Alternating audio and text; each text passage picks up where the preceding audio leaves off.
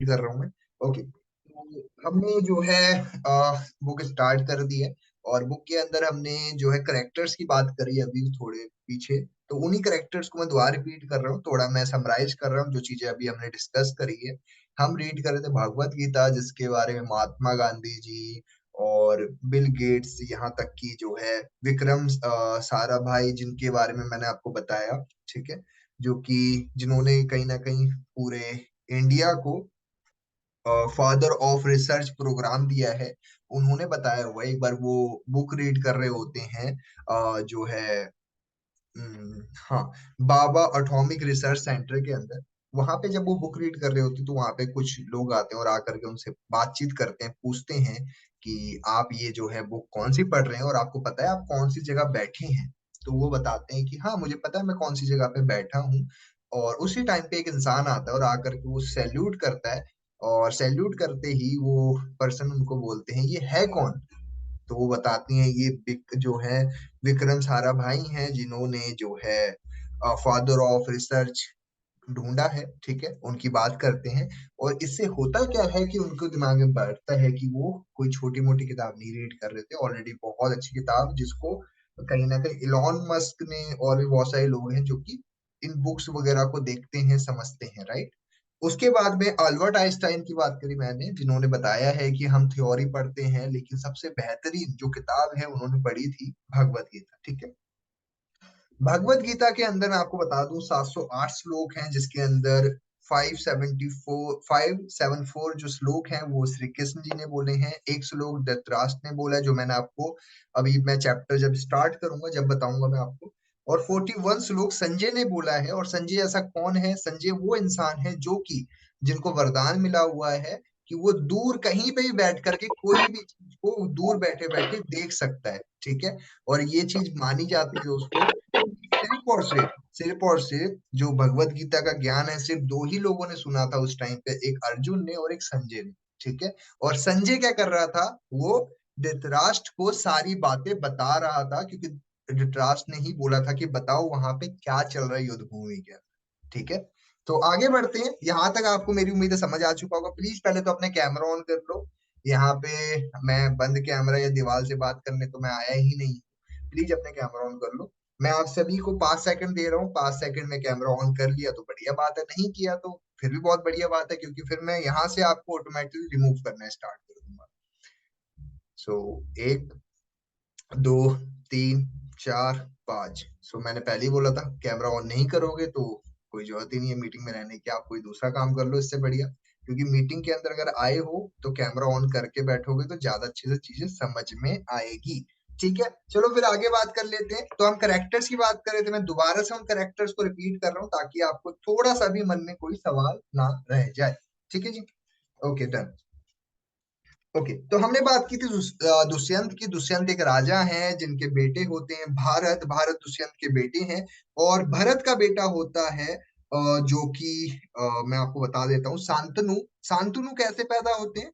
जो भरत होते हैं, ठीक है, भरत के बेटे होते हैं प्रतिपा और सुनंद। उन दोनों के जो है से पैदा होते हैं शांतनु। और शांतनु को जो है रास्ते में गंगा दिखते हैं और गंगा को देख करके उनको उनसे प्यार हो जाता है। और वो गंगा को जाकर के बोलते हैं, मुझे आपसे ब्याह करना है, शादी करनी है, मैरिज करनी है, उस भाषा में जो भी करनी है, तो मुझे आपसे शादी करनी है। तो ऐसे वो कहते हैं। तो गंगा माता उनको कहते हैं कि शादी मैं जब भी एक करूंगी, जब एक शर्त को मानना होगा आपको। और वो शर्त क्या होगा? वो शर्त क्या है मैं बता देता हूँ। शर्त ये है कि मैं शादी के बाद आप मेरे से कोई सवाल नहीं करोगे, मैं कुछ भी करूंगी, क्या करूंगी, आप मेरे से कुछ नहीं पूछ सकते हो। तो इस शर्त को शांतनु ने एक्सपेक्ट करा और मान लिया। ठीक है, अब इसके बाद क्या होता है कि गंगा जब जब बच्चा पैदा होता है तो जाकर के पानी में दहा देती है। और ऐसे करने पे 6-7 बार जब बच्चे गिर चुके होते हैं, गिरा चुके होते हैं वो पानी में, तो शांतनु को एक टाइम पे बहुत ज्यादा इच्छा होती है, गुस्सा आता है और जाकर के वो बोल ही देते हैं कि आप ये क्या कर रहे हो। तो गंगा माता उन्हें बोलती है कि मैंने तुम्हें बोल मत करना। और अगर पूछ ही लिया है तो चलो मैं बता देती हूँ कि मेरे को श्राप मिला हुआ था। वो सारा कुछ बताते हैं। तो जैसे ही 8वां बच्चा मैं गिराने जा ही रही थी, तुमने मुझे रोक दिया, तो मैं तुम्हारी लाइफ लाइफ से भी जा रही हूँ। और ये 8वां बच्चा जो है जब ये बड़ा हो जाएगा मैं तुम्हें ला करके सौंप दूंगी या फिर दे दूंगी, ठीक है। कुछ सालों के बाद, कुछ समय के बाद जब वो बच्चा बड़ा हो जाता है, ठीक है, ठीक है, तो उसको शांतनु को ला करके दे देते हैं। शांतनु बहुत खुश होता है और उस बेटे का नाम होता है देवव्रत। और देवव्रत बहुत बड़ा योद्धा में सबसे ऊपर माना जाता है, क्योंकि देख वो जैसे ही आता है उस टाइम पे वो तीर से पानी रोक देता है, ठीक है। तो वो देख करके शांतनु बड़ा खुश होता है कि मेरा बेटा इतना बलशाली है, इतना जो है ज्ञाता है, ज्ञानी है, ठीक है। उसके बाद में जो है सत्यवती से उसको प्यार हो जाता है शांतनु को एक बार ऐसे ही। और सत्यवती से प्यार होता है तो वो जाते हैं और उससे बात करते हैं शांतनु। और उनके जो पिता होते हैं सत्यवती के, वो मना कर देते हैं, कहते हैं कि नहीं, ये शादी नहीं हो सकती, क्योंकि तुम्हारा पहले से एक बेटा है, कल को तुम्हारे को जो राज्य गद्दी होगी तुम तो अपने बेटे को ही दोगे ना। तो मेरी जो बेटी है सत्यवती, उनके बच्चों का क्या होगा, ठीक है। तो ये बात जो है ये पता चल जाती है देवव्रत को। और देवव्रत जाकर के अपने पिता के लिए उनके पिता से बात करता है सत्यवती के, और उनसे बोलता है कि मैं आजीवन कभी भी राज्य सिंहासन पे नहीं बैठूंगा, और मैं शपथ लेता हूँ कभी भी मैं मेरा कोई बच्चा हो ही नहीं सकता, क्योंकि मैं ब्रह्मचर्य फॉलो करने वाला। ये बात सुन करके शांतनु को जैसे ही पता चलता है उनके बेटे ने इतना बड़ा कुर्बान किया है, इतना कुछ कर दिया, तो उनको खुशी के मारे उनको जो है इच्छा मृत्यु का वरदान दे दिया जाता है, ठीक है।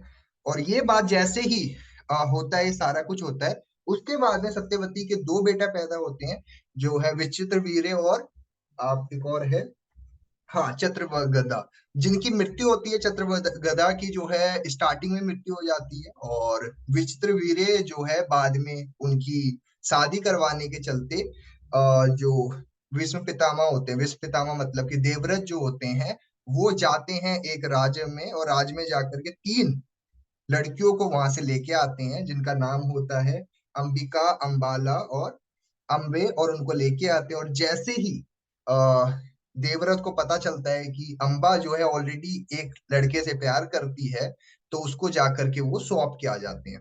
वो लड़का मना कर देता है अंबिका को जो है अपनाने से मना कर देता है, और ये बात से बहुत ज्यादा अम्बा गुस्सा हो जाती है, और अम्बा जाती है विष्णु पितामह, जिसको देवव्रत कहा जाता है, और उनको जाकर के बोलती है कि अब तुम मेरे से शादी कर लो। और वो कहते मैं तो शादी नहीं कर सकता हूँ, मैं तो आजीवन जो है मेरे को मैंने शपथ ले रखी है। तो ये बात सुन के उनको बड़ा क्रोधित होते हैं, गुस्सा होता है, और कहते हैं कि मैं तुम्हारी मौत की कारण बनूंगी, ठीक है।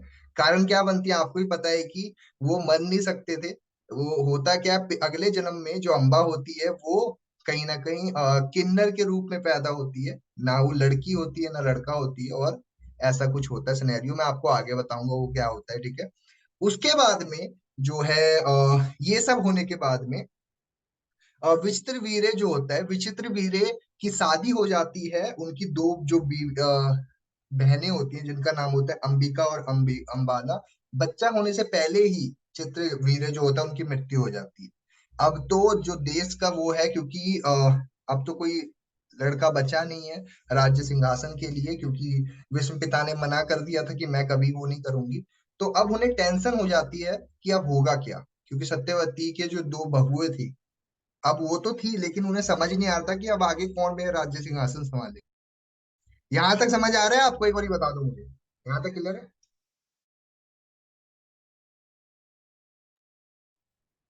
चैट बॉक्स में बता दो, क्योंकि मुझे तो 2 मिनट लगना है, आगे कहानी बता दो क्या लिए।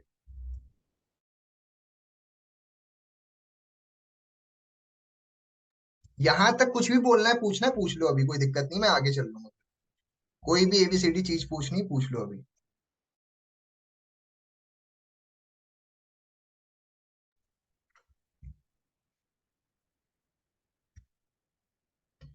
यहाँ तक आपको समझ आ गया?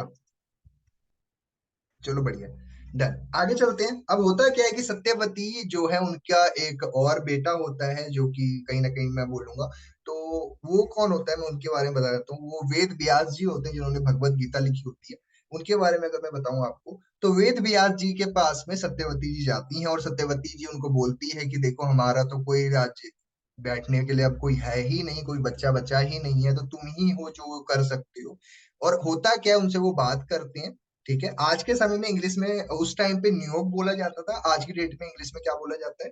हाँ क्या बोलते हैं, हाँ सेरोगेसी बोलते हैं इंग्लिश में, ठीक है। उसमें क्या होता है कि किसी और के उससे बच्चा किया जाता है, ठीक है। अब मैं थोड़ा आपको इसके बारे में बताता हूँ होता क्या है। कि जो वेद व्यास जी होते हैं, वेद व्यास जी जाते हैं और अंबिका और अंबालिका, अंबिका जब पहली बार जाती है उनके पास में, तो वो देखते ही डर जाती है, आंखें बंद कर लेती है, और आंखें बंद करने के कारण जो बच्चा पैदा होता है वो धृतराष्ट्र बनता है, जो कि आगे चल के उनकी आंखें नहीं होती है।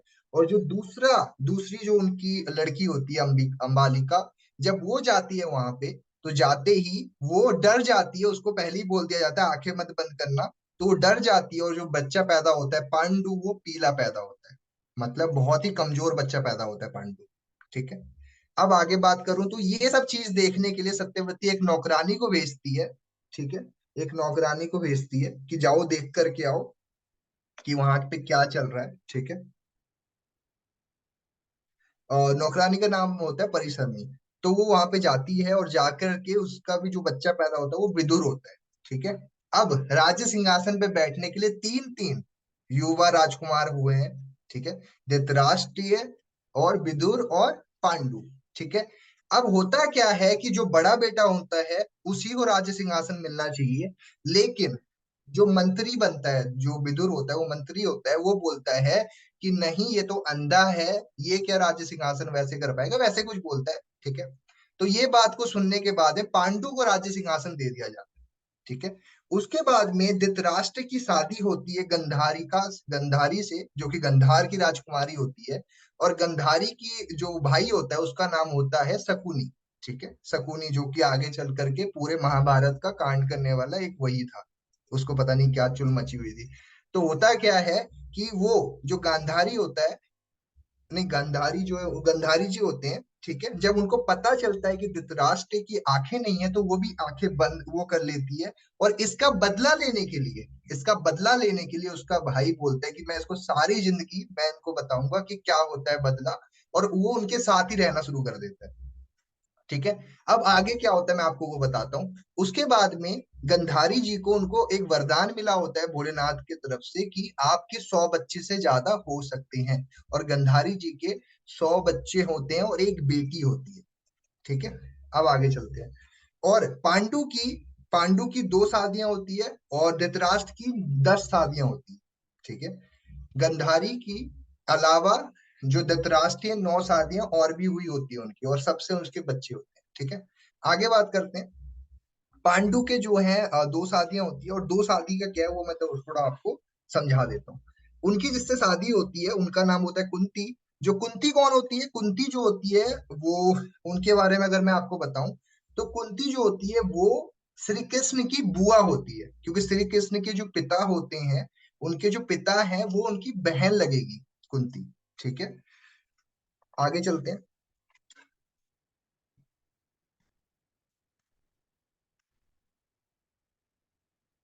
हाँ, जो श्री कृष्ण के पिता होते हैं उनका नाम वासुदेव होता है। आपको तो पता ही होगा ना कंस वाली कहानी, जो कि कंस के साथ क्या होता है क्या नहीं होता है, वसुदेव वो है ना।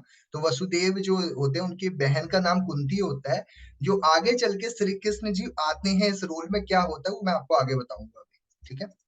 यहाँ तक समझ गया। अब आगे चलते हैं। अब होता है क्या है कि पांडु की जो 2 बीवियां होती है, एक कुंती होती है और दूसरी बीवी का नाम होता है माधुरी, ठीक है। अब जो कुंती होती है उसको वरदान मिला होता है कि तुम कोई भी बच्चा पैदा करेंगे, तो आप कोई भी जो भी मंत्र बोलोगे जिस भी भगवान को याद करके, वो वैसे ही गुण उसके अंदर आ जाए, ठीक है। जैसा भी बच्चा आपको चाहिए वैसे ही मंत्र अगर मन में सोचोगे, वैसा ही बच्चा तुम्हें पैदा होगा। अब होता क्या है कि इनके साथ में केस क्या हो जाता है कि इसके चलते कुंती के जो है पहला जो बेटा होता है शादी से पहले, एक वो सूर्य भगवान की सोचते हैं वो दिमाग में, उसके चलते कर्ण पैदा होता है। और कर्ण को डर के मारे सोसाइटी के देखते चलते कुंती ने पानी में बहा देती है कि क्या लोग बोलेंगे, क्या सोचेंगे कि इस माँ के बिना शादी के बच्चा है, वो सबके चलते डर के मारे कुंती उस बच्चे को पानी में बहा देती है। पानी में बहाते जब पानी में जा रहे होते हैं, तो विश्व पितामह के सारथी, ठीक है, मैं आपको बता देता हूँ, अधिरथ और राधा, जो मियाँ बीवी होते हैं, जो रथ चलाते हैं, वो कर्ण को बहता हुआ देख लेते हैं और गोद ले लेते हैं। ठीक है, क्या कर लेते हैं, गोद ले लेते हैं, और वही उनका पालन पोषण चलता है आगे उनका। ठीक है। अब होता है क्या, कुंती की शादी पांडु से हो जाती है, और जो पांडु होता है, ठीक है। अब पांडु वाला भी केस मैं आपको बता देता हूँ। अब होता क्या है उस केस के अंदर, कि कुंती के शुरू में जो है बच्चे होते हैं, ठीक है। और बच्चे जो होते हैं, उनका बच्चा पैदा होते हैं अर्जुन, युधिष्ठिर और भीमा। और जो भीमा होता है वो सूर्य पुत्र होता है। सूर्य पुत्र तो वो कर्ण हो गया। भीमा होता है जो, वो होता है पवन पुत्र, ठीक है। और जो दूसरा बेटा होता है अर्जुन, वो जो होता है, मैं आपको, वो जो इंद्रदेव का वो होता है। और जो युधिष्ठिर होता है वो धर्मराज का होता है, ठीक है। इसी बीच में, ठीक है, इसी बीच में दुर्योधन भी पैदा हो चुका होता है। तो जो ये लोग है ना, दुर्योधन छोटा है इनसे। ओके। भीम और इनसे छोटा होता है। डन।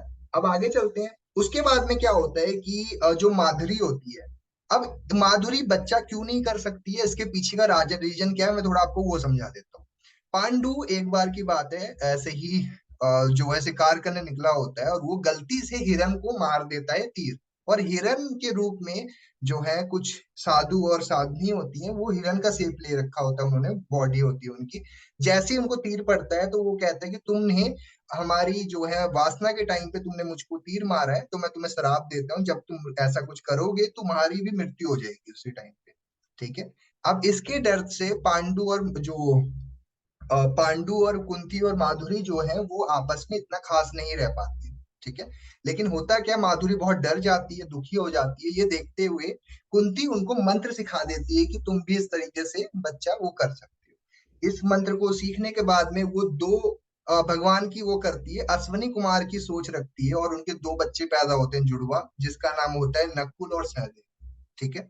और ये सब के चलते एक दिन जब माधुरी और पांडु आपस में होते हैं साथ में, तो उस टाइम पे शराब के कारण पांडु की मृत्यु उसी टाइम पे हो जाती है। ठीक है। अब आगे चलते हैं। अर्जुन की तीन बीवियां होती है। तीन बीवियों के बारे में बताऊं तो उनकी पहला बेटा होता है अर्जुन का अभिमन्यु। अभिमन्यु का बेटा होता है परीक्षित, और परीक्षित का बेटा होता है जामलजाया। ठीक है। और भीम ने जंगल में एक लड़की से प्यार किया था, जो कि राक्षसनी थी, जिसका नाम क्या था, हिडम्बा होता है। और हिडम्बा की जो बेटा होता है उसका नाम घटोत्कच होता है, जो कि युद्ध में ही मर जाता है। ठीक है। और घटोत्कच का जो बेटा होता है उसका नाम संजय, वो जो है, नहीं नहीं संजय नहीं होता। उसका नाम जो होता है, मेरे को नाम थोड़ा ध्यान नहीं आ रहा है, हाँ, श्याम बाबा, जिनके आज हम श्याम बाबा के नाम से उनको जानते हैं। ठीक है। आप लोग श्याम के नाम से जानते हैं उनको। अगर वो इंसान की कहानी बड़ी वो है, अगर वो इंसान चाहता ना पूरी दुनिया खत्म कर देता, इतनी ताकत थी। उसके पीछे की भी कहानी मैं आपको आगे बताऊंगा, ठीक है। कितना कुछ था वो। ओके। यहाँ तक समझ गए आप सभी?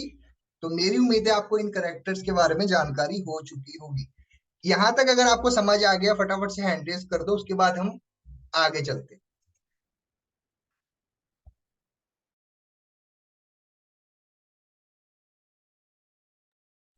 सर, अर्जुन के तीन बेटे होते हैं, अभिमन्यु और परीक्षित, जमेला। उसके आगे क्या बोला था आपने, समझा नहीं मुझे। नहीं नहीं, शाम अर्जुन, कौन थे? अर्जुन अर्जुन का एक बेटा होता है अभिमन्यु। अभिमन्यु का बेटा होता है परीक्षित। परीक्षित का बेटा होता है जामज। ठीक है। हाँ। और किसी को कोई डाउट आ रहा हो अभी पूछ लो, ताकि आपको जब मैं आगे चैप्टर शुरू करूंगा तो आपको कोई डाउट ना रह जाए।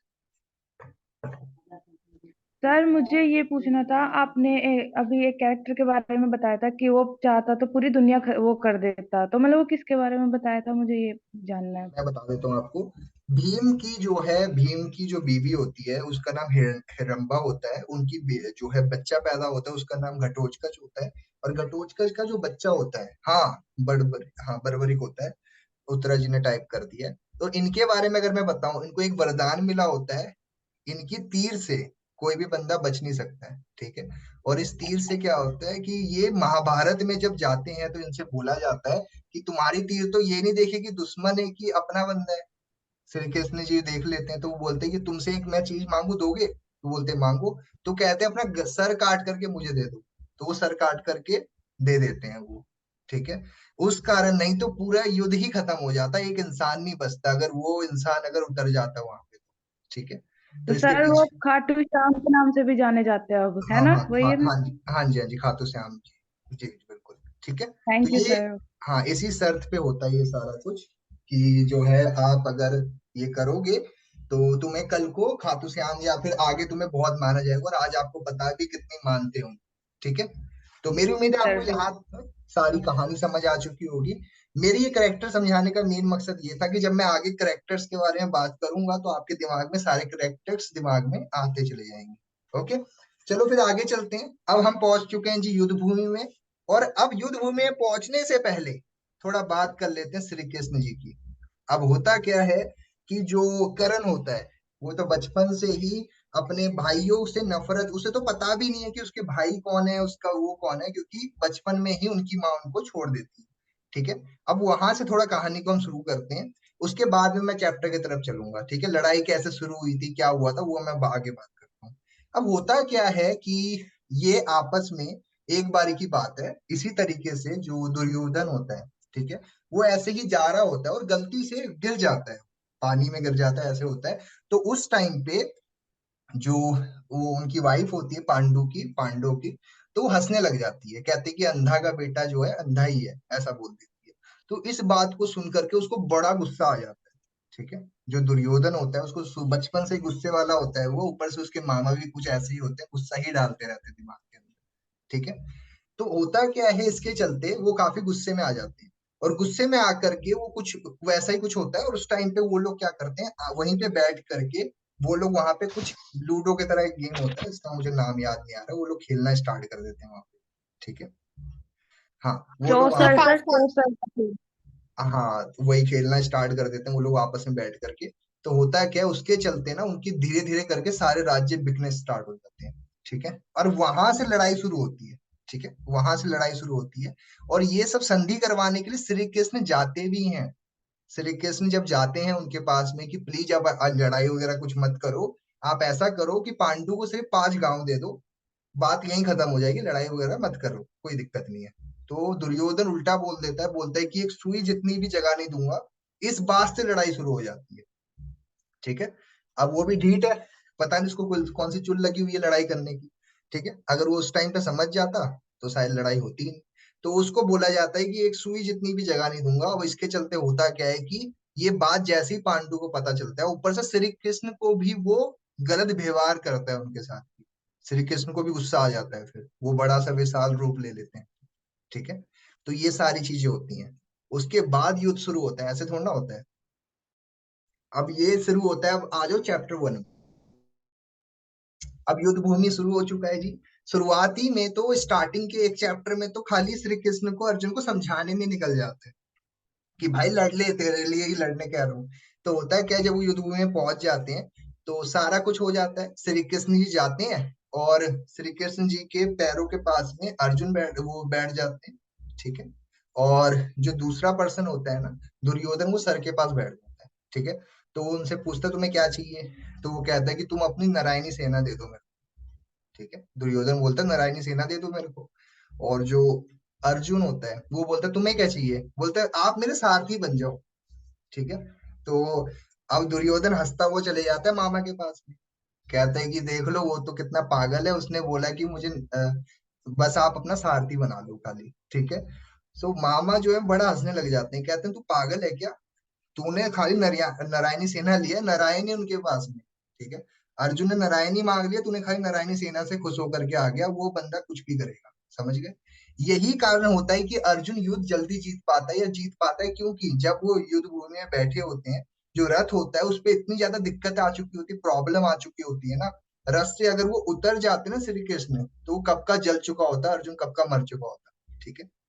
तो ऐसा क्यों होता है, क्योंकि उनके ध्वज के ऊपर हनुमान जी विराज होते हैं, और खुद श्री कृष्ण उसमें बैठे होते हैं, क्योंकि उसमें काफी घमंड आ चुका होता है अर्जुन के अंदर।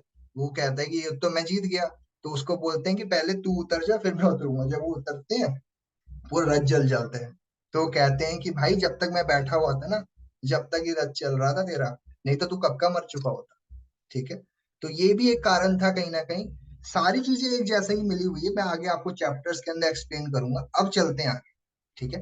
अब हम चैप्टर की तरफ चलते हैं, ये कुछ बेसिक बातें इसलिए बता दी ताकि आपके दिमाग में ही चलेगी तो अच्छा है।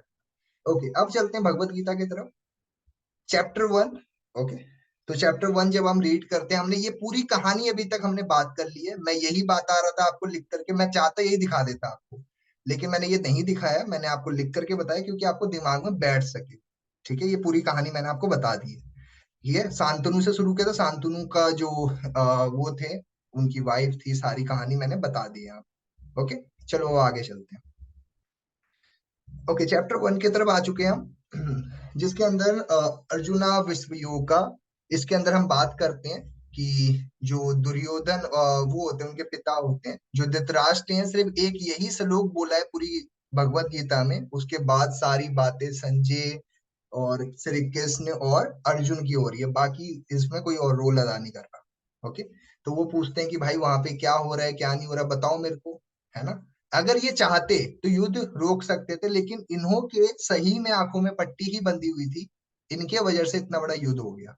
ठीक है, अब होता क्या है, धृतराष्ट्र बोलते हैं, धृतराष्ट्र याद हो गया ना आपको, वो जो पिता था उनका, कौरवों का पिता धृतराष्ट्र है, पांडु जो है पांडवों का पिता पांडु था, पांडु तो रहा ही नहीं था, धृतराष्ट्र था उस टाइम पे। ठीक है, और संजय ने सारी चीजें देख करके बताना शुरू कर दिया कि वहां पे अभी ये सब चीजें चल रही है, और वो लोग जा करके बातचीत कर रहे हैं। ठीक है, तो होता क्या है कि वो बताना शुरू करते हैं कि सब लोग शंख बजा रहे हैं, सब लोग वहां पे, सब लोग युद्ध भूमि में आ चुके हैं, ऐसे करके।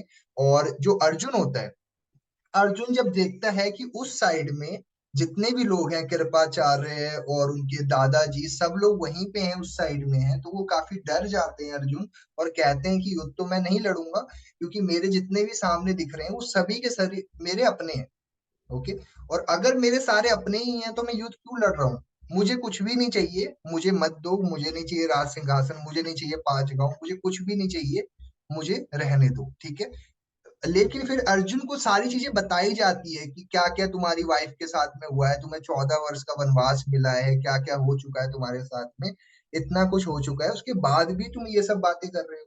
बहुत कुछ समझाते हैं। उस स्टार्टिंग के चैप्टर में तो एक वेट जो है, एक अच्छे लिसनर बनते हैं श्री कृष्ण, सुनते हैं अच्छे से, पहले पहले अच्छे से सुनते हैं। एक लीडर कौन होता है, जो पहले अच्छे से हर बात को सुनता है, जो कि श्री कृष्ण ने भी किया उस चैप्टर के अंदर। वो अच्छे से पहले अर्जुन की सारी बातों को सुनते हैं, उसकी सारी बातें मन की निकालते हैं, उसके मन में क्या चल रहा है क्या नहीं चल रहा है, सारी बातें सुनते हैं अच्छे से, और सुनने के बाद उसको हर चीज का जवाब देना शुरू कर देते हैं। ठीक है, अर्जुन तो वैसे दिखा रहा था अपने आप को, और अर्जुन को मोटिवेट भी कैसे कर रहे हैं, जब आप चैप्टर रीड करोगे ना, मोटिवेट भी वैसे कर रहे हैं जैसे मान लो कोई बहुत ही दुखी है, बहुत परेशान है। ठीक है, तो उस इंसान को मोटिवेट कैसे कर रहे हैं, ऐसे बोल करके, महाबाहु, ऐसे ऐसे वर्ड यूज कर रहे हैं कि इंसान मोटिवेट हो जाएगा, ऐसे ऐसे वर्ड इस्तेमाल किए जा रहे हैं। तो उस केस में क्या होता है, जो अर्जुन होता है, ये सब जब बातें सुनता है तो वो थोड़ा सुनता है ध्यान से, श्री कृष्ण कहना क्या चाहते हैं। ठीक है, एक केस में तो ऐसा भी होता है कि वो छोटे बच्चे की तरह आर्गुमेंट करने लग जाते हैं, उनको ये नहीं दिख रहा है जो बंदा तुम्हें बता रहा है वो भगवान है। एक टाइम पे ऐसा हो जाता है, वो वैसी बातें करने लग जाते हैं, उल्टा सीधा बोलने लग जाते हैं, मुझे लड़ना ही नहीं है, ये नहीं करना है, बहुत जिद्दी बच्चे की तरह बात करने लग जाते हैं। ठीक है, तो उस तरीके से उनको बहुत अच्छे से समझाते हैं कि देखो क्यों लड़ाई करना है तुम्हारे को, पूरी कहानियां समझाते हैं, और तुम्हें बोलते हैं, उसको समझाते हैं, देखो तुम अगर लड़ाई करोगे तो उसके बाद भी तुम जीतोगे तो स्वर्ग में ही जाओगे, नहीं भी जीतोगे, हार भी जाओगे, फिर भी स्वर्ग में ही जाओगे। ठीक है, उसको सारा कुछ समझाया जाता है, और ये सारी चीजें उस पूरे कन्वर्सेशन में चल रही होती है। ठीक है, और होता क्या है कि उस साइड में कौन कौन होते हैं, उस साइड में कौन कौन होते हैं, उस साइड में होते हैं सारे कौरव, सारे जितने भी गुरु लोग होते हैं, सब लोग उसी साइड होते हैं, यहाँ तक कि कर्ण भी उसी साइड में होता है। ठीक है, मैं आपको बताना चाहता हूँ, जो सबसे मेन करेक्टर है पूरे इसके अंदर वो कर्ण है, अगर वो बंदा चाहता तो वो कुछ भी कर सकता था। ठीक है, लेकिन होता क्या है कि जब वो तीर मारता था अर्जुन, तो क्या होता था, कर्ण की गाड़ी पीछे जाती नहीं थी इतने ज्यादा, वो थोड़ा बहुत दूर जाता था, और क्या होता था, अर्जुन को जब मार जाता वो नहीं जाता था पीछे, तो अर्जुन सोचता था मैं ज्यादा बलशाली हूँ। ठीक है, लेकिन ऐसा होता नहीं। ठीक है, तो मेरी उम्मीद है आपको काफी कुछ समझ में आया